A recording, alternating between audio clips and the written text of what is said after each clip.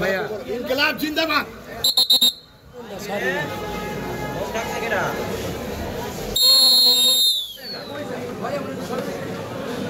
নারায়ণগঞ্জের এক আলোচিত নাম সেলিম প্রধান। এই সেলিম প্রধান ফ্যাসিস্ট সরকারের আমলে একজন আলোচিত নাম ছিল এবং ফ্যাসিস্ট পতনের পর একজন আলোচিত নাম।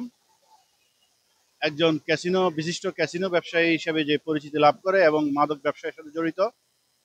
আমরা সেই সেলিম প্রধানকে বিজ্ঞ আদালতে আজকে গুলশান থানার মামলা নম্বর 24/5/2025 তারিখের মামলা। এই মামলাটা সন্ত্রাস বিরোধী আইনের মামলা। এই মামলায় আমরা 7 দিনের রিমান্ড আবেদন করি। এই মামলায় আমরা এজাহার এবং রিমান্ড ফরওয়ার্ডিং পর্যালোচনায় দেখতে পাই এই আসামি এজাহারে উল্লেখিত ঘটনার দিন নিষিদ্ধ সংগঠন আওয়ামী লীগের একজন অর্থ যোগানদাতা হিসাবে এবং পরিকল্পনাকারী হিসাবে এবং অর্থদাতা হিসাবে এই ঘটনাস্থলে নিষিদ্ধ সংগঠন আওয়ামী লীগ, ছাত্রলীগ এবং যুবলীগের কতিপয় সদস্যকে নিয়ে হাজির হয়। দেশের সার্বভৌমত্ব, দেশের মানুষের নিরাপত্তা বিঘ্ন ঘটানো এবং বিশৃঙ্খলা সৃষ্টির প্রয়াসে একটি মিছিলের চেষ্টা করে।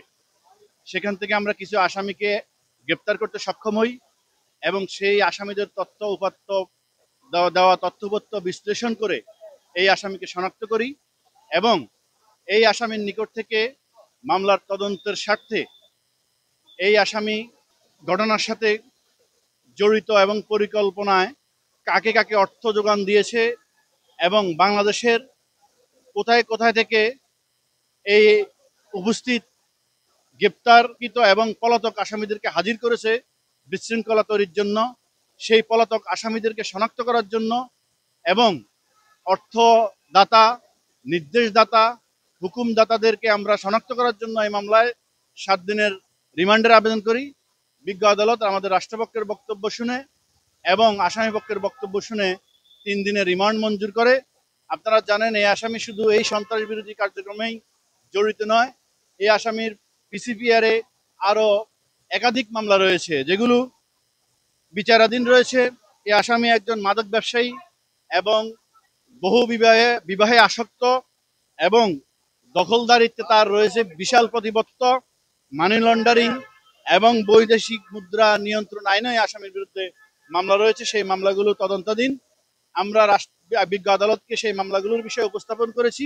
বিজ্ঞ আদালত আমাদের কথা শুনে সন্তুষ্ট হয়ে এই আসামিকে 3 দিনের রিমান্ড মঞ্জুর করেছে। এটা ওনার হ্যাবিট, অভ্যাস। উনি সবসময় আদালতে যখন ওনাকে আমরা রিমান্ডের জন্য আনি এবং গ্রেপ্তার দেখানোর জন্য আনি, উনি আদালতে সবসময় নিজেকে নির্দোষ প্রমাণ করে। উনি ফ্যাসিস্টের আমলেও নাকি উনি জেল খেটেছে, এখনো জেল খাটে। উনি তার এলাকায় যে প্রতিপত্ত নিয়ে ওনার শত্রুতা রয়েছে সেটা উনি আদালতকে উপস্থাপন করেছে। আদালত আমলে নিয়েছেন এবং বলেছে আপনি এগুলো তদন্তকারী কর্মকর্তার নিকট বলবেন, তদন্তকারী কর্মকর্তা তদন্ত করে। দেশে দেশে সবার সাথে দ্য নিউজ।